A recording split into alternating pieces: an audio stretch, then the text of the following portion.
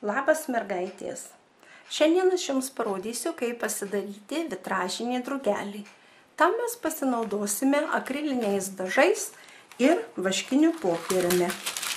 Vaškinio popieriaus lapelį perlenkime per pusę, tam, kad žinotume, kur yra mūsų simetrijos ašis, nes drugelio sparneliai bus simetriški. Pradedu užlašinti akrilinių dažų baltų. Lašinu tik vienoje pusėje lapelių. Truputėlį raudonu.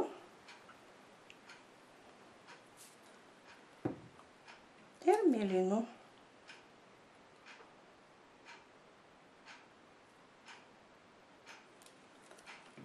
Dabar lapelį perlenkiu, vėl atgal ties lenkimo linija ir išspaudžiu dažus. Stengiuosi išspausti dažus taip, kad dažai susimaišytų, o drugelio sparneliai išsiskleistų ir būtų simetriški.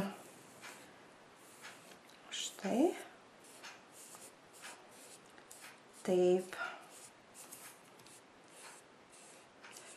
Na, kadangi gamtoje visi drugeliai yra labai spalvingi ir gražūs, man atrodo, kad mes irgi gausime labai spalvingą ir gražų drugelį.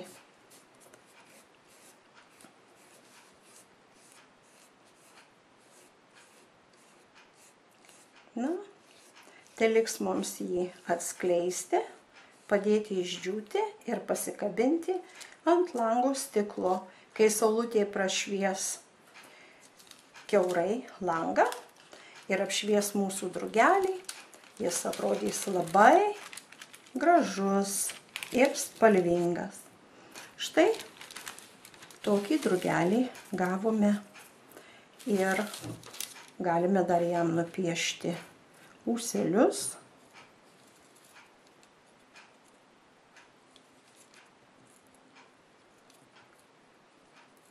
Kad drugelis galėtų skristi. Na, galim padaryti dar jam kūnelį.